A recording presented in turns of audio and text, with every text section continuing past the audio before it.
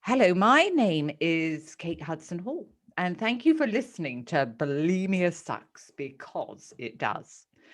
So, these are real stories from people who are suffering or have suffered an eating disorder. And it's a platform for people to share relatable, uplifting, and inspiring conversations based on bulimia and anorexia and other eating disorders, and their victories and their challenges.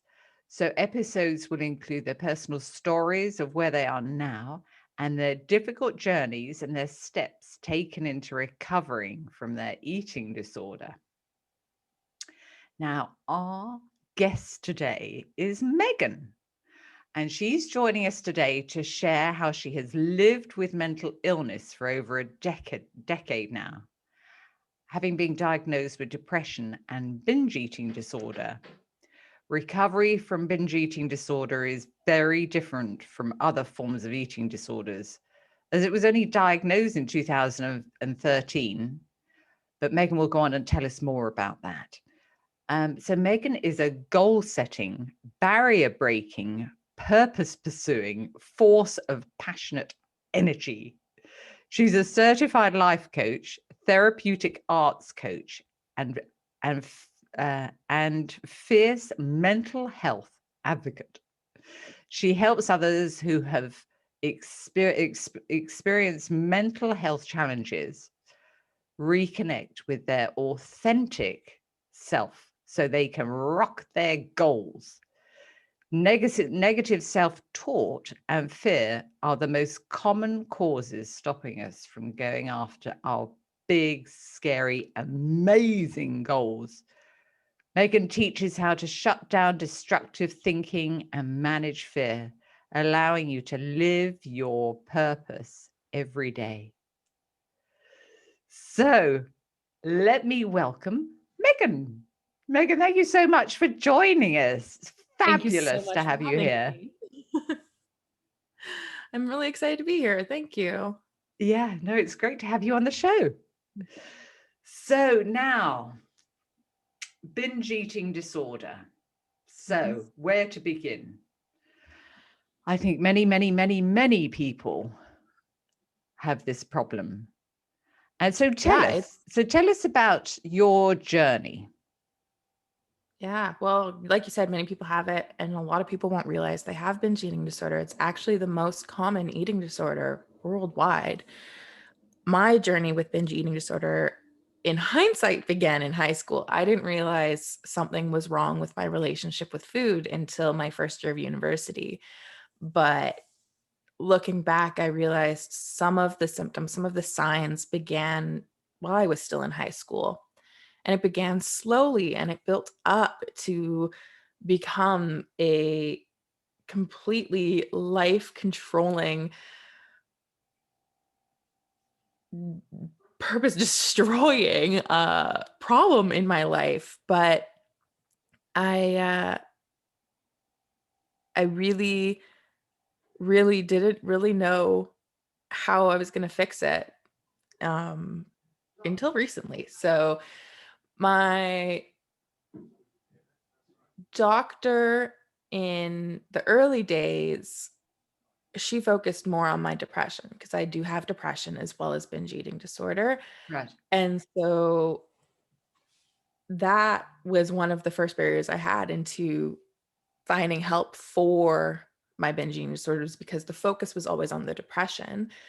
On top of that, back when I first went to her and said, I think I have an eating disorder, binge eating disorder wasn't even a diagnosable thing because it wasn't in the DSM-5 or the DSM-4, I think it would have been then, which is the diagnostic tool that our healthcare teams around the world use to diagnose mental health conditions. Right.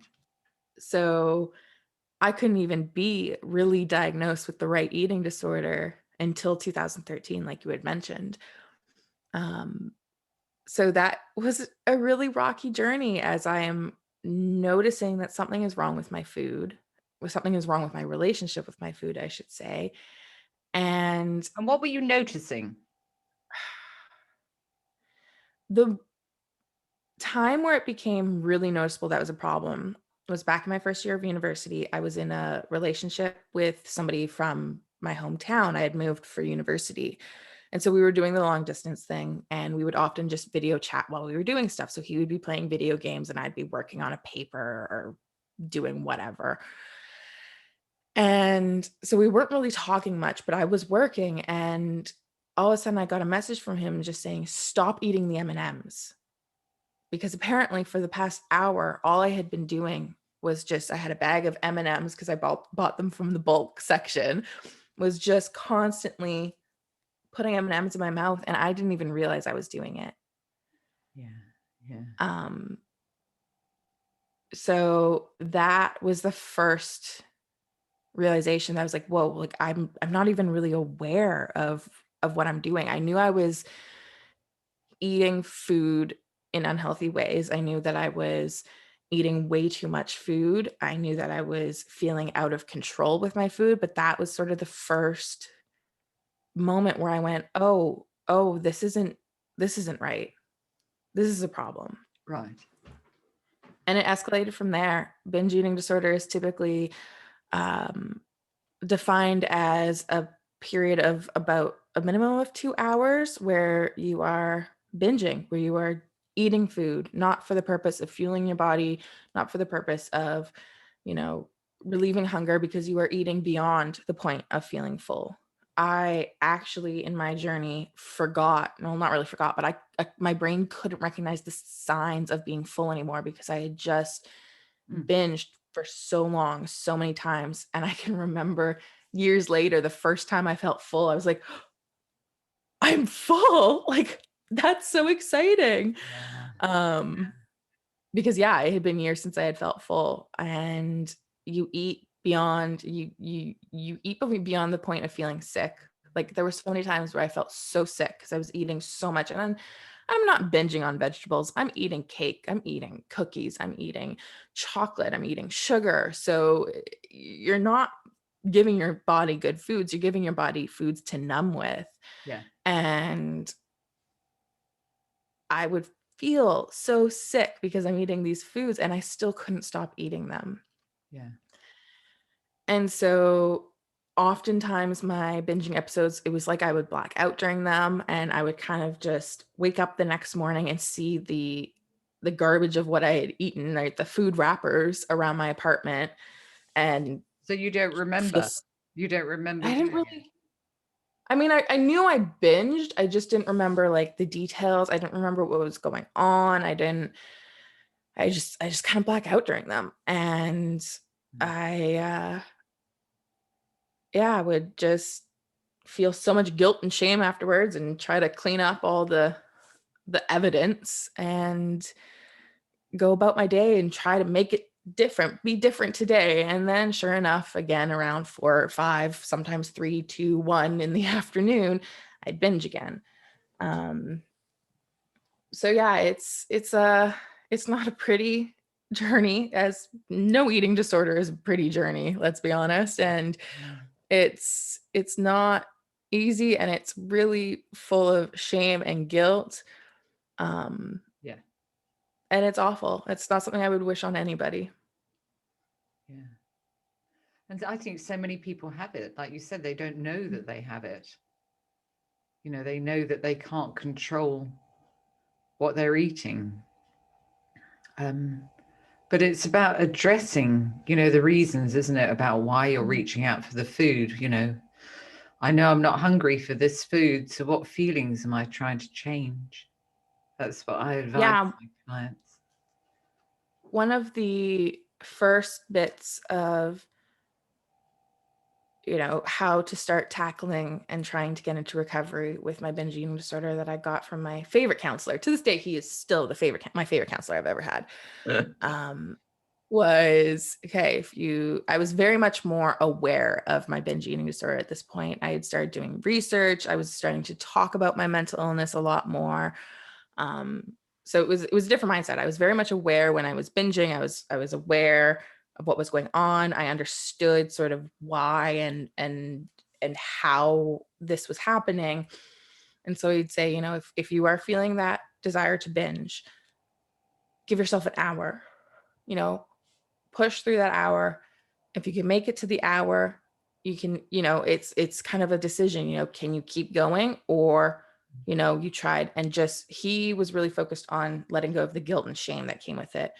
So he said, if you reach the hour and you can't, let go of that guilt, essentially. Like, you're okay. Like it's not the best thing. Like, it's not like he's giving me permission to have an eating disorder, but it was essentially like giving me permission to binge without guilt, because I tried that first step. Like, I went through an hour of really sort of making sure I was making a conscious decision. And it sounds so counterintuitive when I talk it out loud sometimes, but it was really powerful to just have made a conscious decision on whether or not I was going to go. Because I didn't stock up on binge food. I would have to go shopping every time I binge, and I would be buying 50, 60, 70, sometimes $100 worth of food in a night, and I would eat it all that night. So it was that, just making that conscious decision of, okay, yes, I'm going to go get food, but I'm not going to feel guilt and shame about it, was the first step of really making progress towards recovery for me. But yeah, I can't remember why I was bringing that story up now, of course, but that was the first, like, oh, okay, just like give myself the acceptance and understanding and patience and love to get through this, and give myself the permission to do what I need to do in this moment to survive. Yes. Yeah. Because I was saying about feelings. Yes, thank you. Sorry, I'm having a weird brain moment today. Actually, I shouldn't lie. This is my brain pretty much all the time.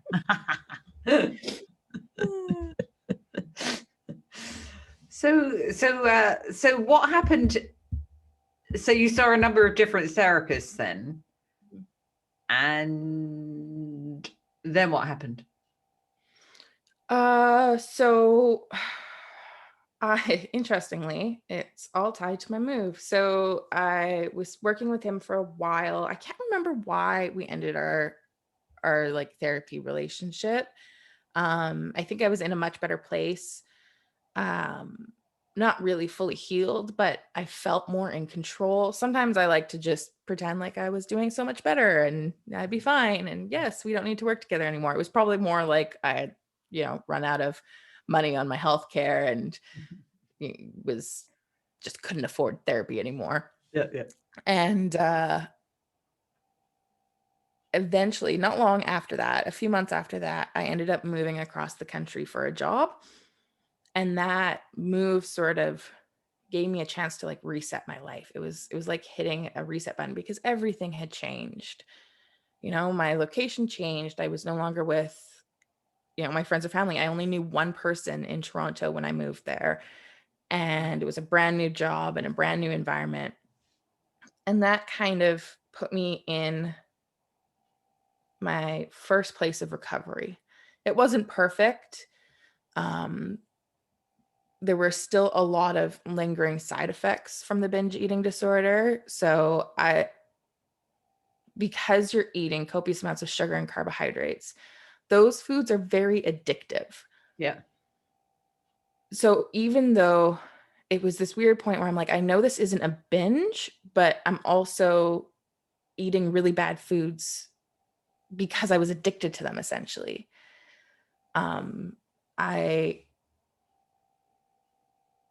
couldn't sort of stop myself from going for like the chocolate or the sugar candies, but I was very much aware that this wasn't the same sort of behavior as my binge eating disorder. So I considered myself in a place of recovery. It wasn't perfect. My eating choices, my eating habits were not good. But mental health wise, eating disorder wise, I was in a better place. Yeah. And so that was around 2017 where I was like, I think this is recovery. I'm going to say this is recovery.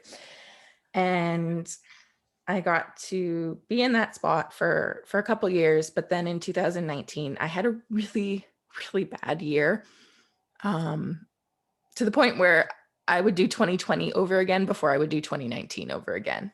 That's how bad it was. Oh my God.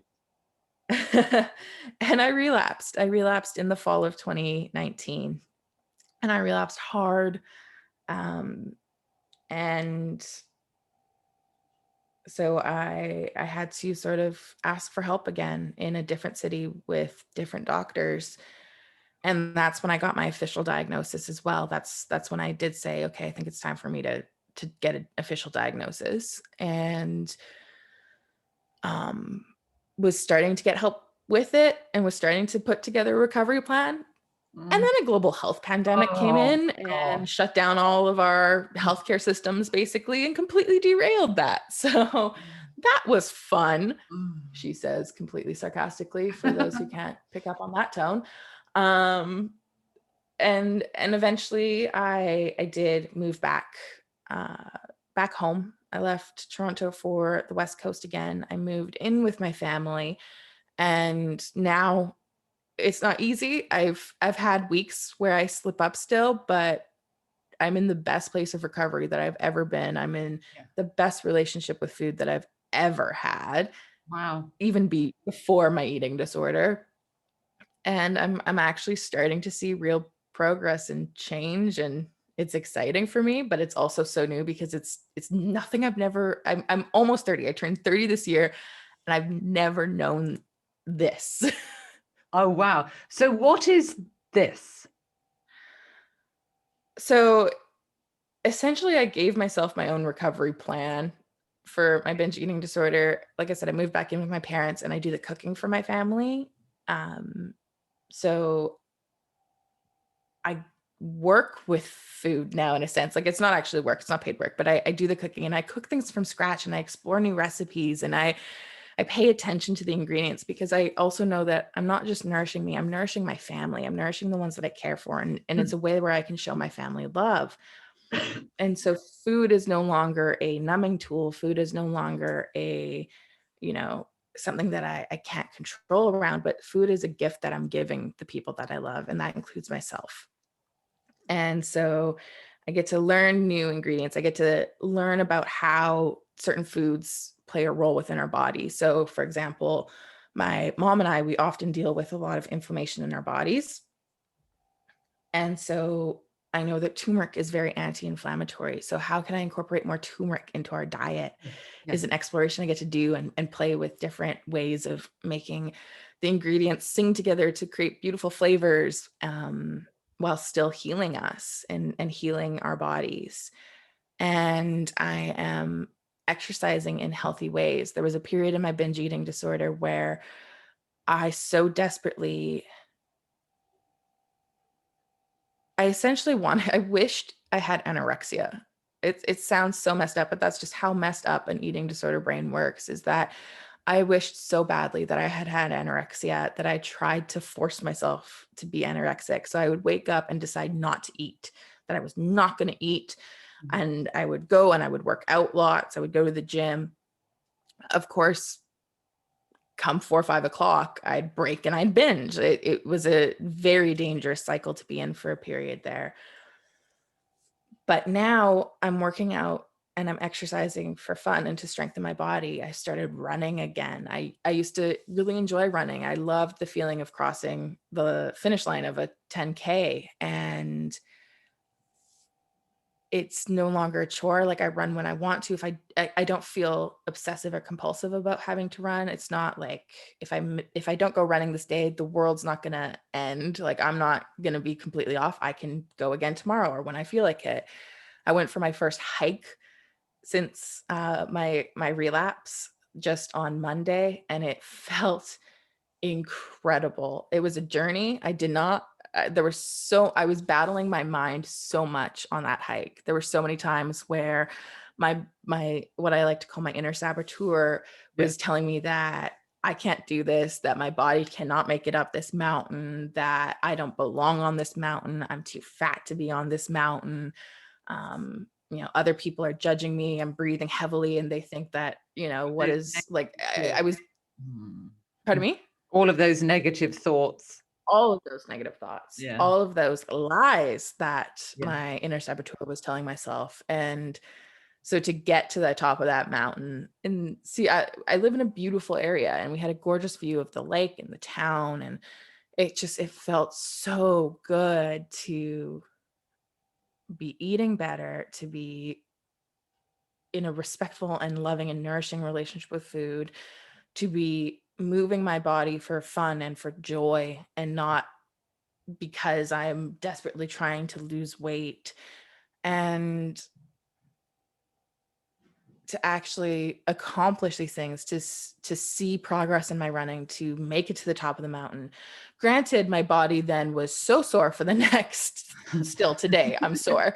This was on, I think I went hiking Monday, and I'm still like, can I move my legs? I don't know, but I'll get there. And it's not setting me back, and I'm not talking down on myself for it. It's a progress, it's a journey, and I'm really happy with the journey that I'm currently on, which is a nice change of pace. Amazing. Amazing. What about the urges to binge? They still come. Right. And what do you do about that?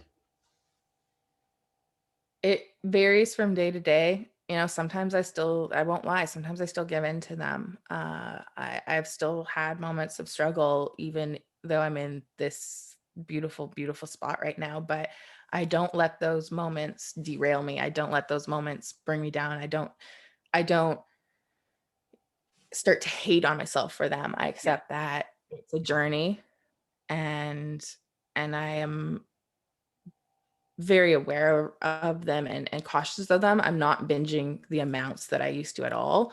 Um, you know, sometimes it's okay. I'll try, like Easter was really hard for me because I love mini eggs and Cadbury cream eggs. Love them. Um, they were, when Easter would come around, whoo, it was just purple garbage all over my apartment from the mini eggs. And I, you know, once in a while, yeah, I would just buy 1 or 2 Cadbury cream eggs and try to satisfy that binge urge with just that. And then there was this really beautiful moment where I was watching TV with my parents, and my mom was just like absentmindedly going like, "Oh, I could go for some cake right now." And I, without even realizing that I was saying it with such like a dead, like almost scary tone, was just like, "I could go for some mini eggs." And her light bulb went off. She said, "Oh my God, I forgot that you struggle with mini eggs." And because I do the cooking, I do the grocery shopping for the most part for the family. Right. And she said, "I forgot that that's a problem for you. I will do the grocery shopping until Easter's over."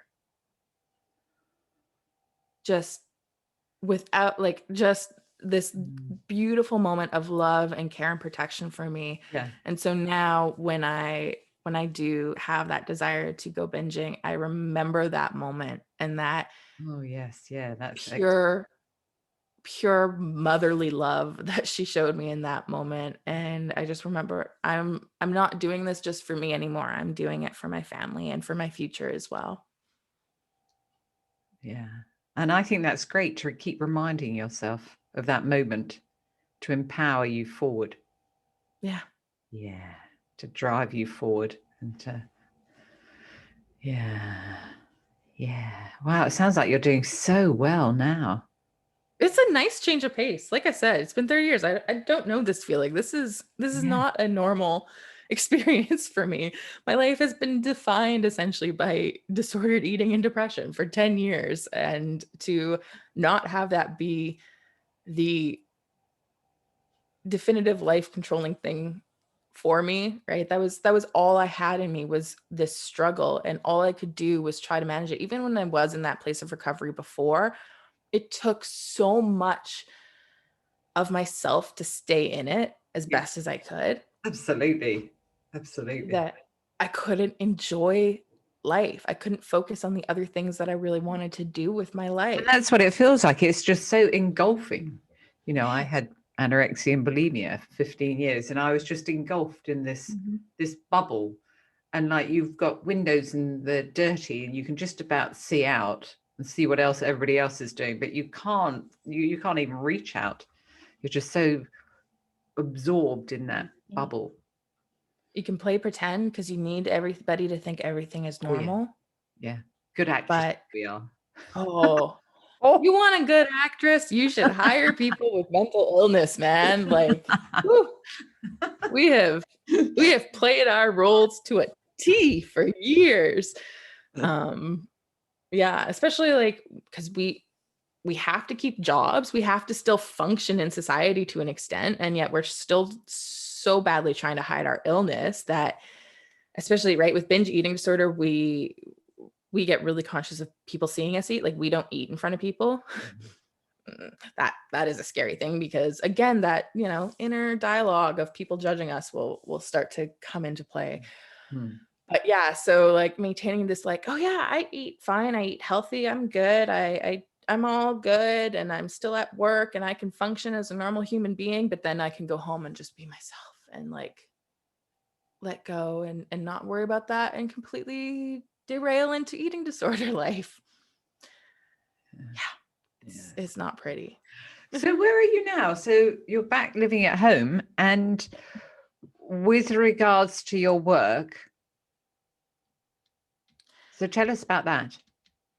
Well, it was an interesting journey with work, because I actually, when I was still in university, I started my first business, and it was a goal coaching business because I had done an internship at Lululemon. I was going to school for public relations, for communications work. And Lululemon is really, really big on goals. And so that's where I sort of was first introduced to it.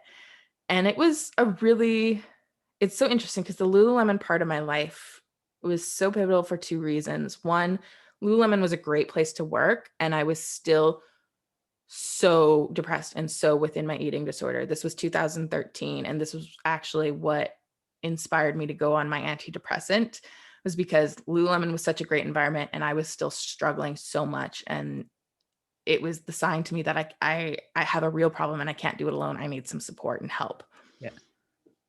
So Lululemon kind of gave me that in a weird way, and it kind of gave me goals. It gave me this path of supporting others and building these beautiful lives using goals and visioning as a tool to create the life we want.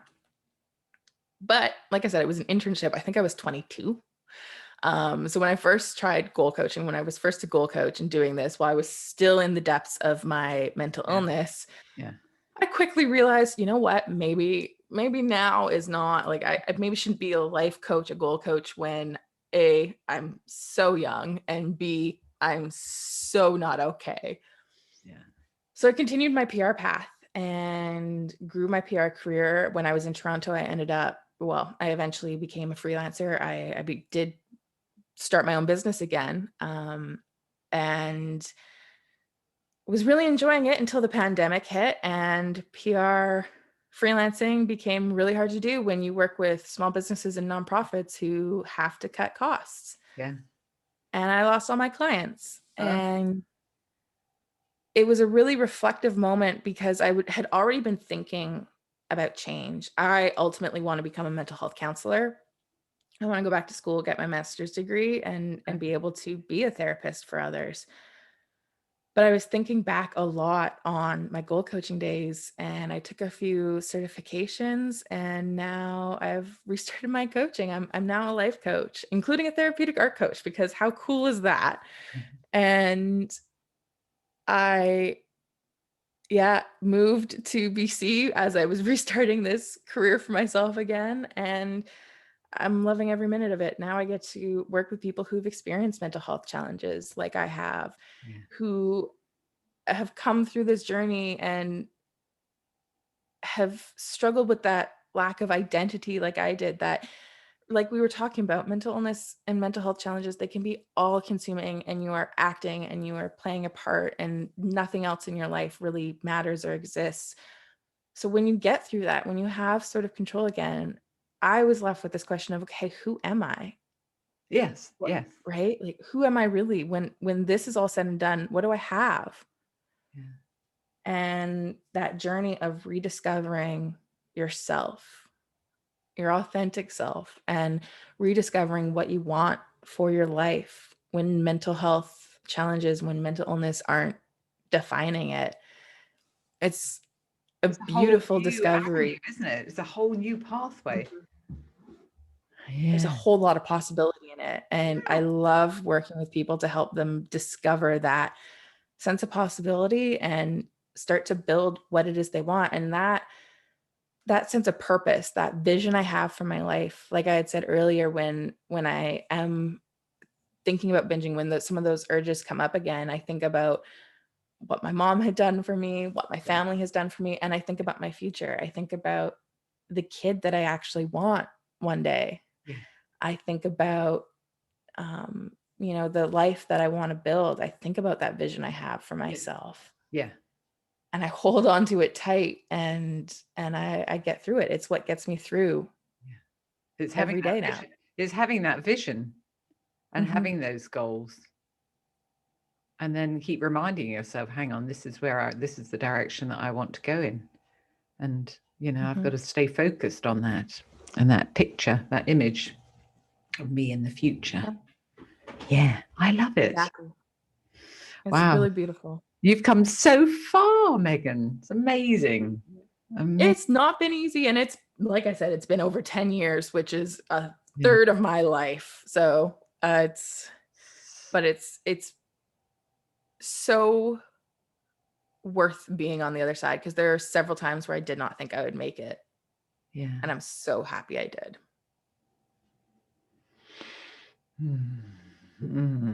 So where can people find you, Megan? How can they find you? Yeah, so I am known as the Sequoia Life in the digital internet space. My website's thesequoialife.com. But the best place to find me and connect with me is the Sequoia Fam Jam community I have built over on Facebook. We are there. We exist to support one another in our goals and living in our purpose. We also have a book club, which is really awesome. We have 1-hour group coaching sessions once a month that are really fun. And that is So that's all becoming, it's online. all online, all on Facebook. Oh, It's this beautiful little community that I started at the end of last year. And I love it. So explain to people what a sequoia tree is, because I looked it up and I loved it. I thought, oh. Sequoia. So it's interesting. Like I said, that first business I started, it was called In a Sequoia. And I kept that name even when I stopped the goal coaching. I had a body care line with it. When I stopped the body care line, I still kept that name. I kept it as just a blog. It just was something like a hobby I had.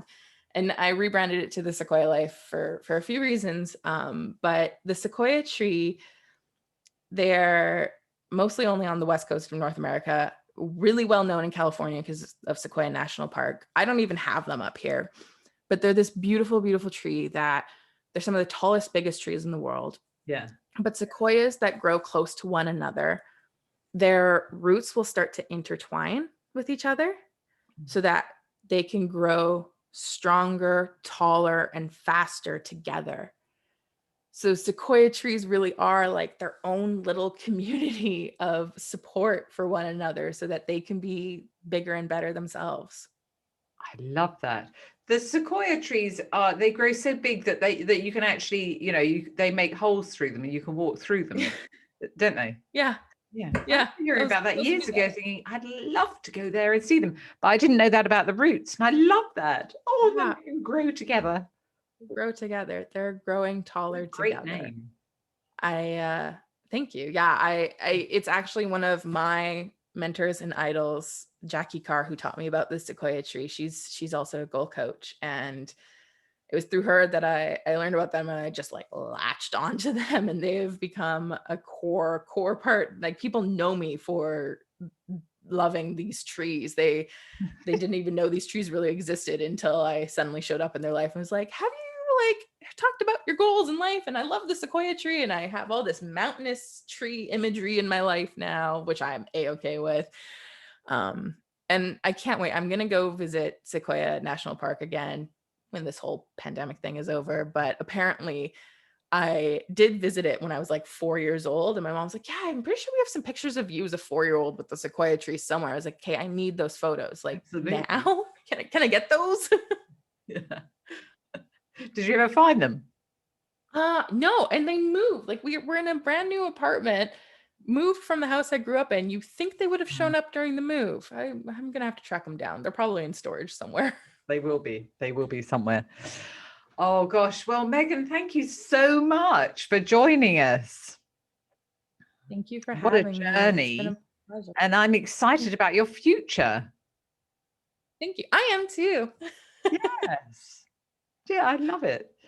Oh, well, thank you. That's really kind of you for joining us and sharing your journey.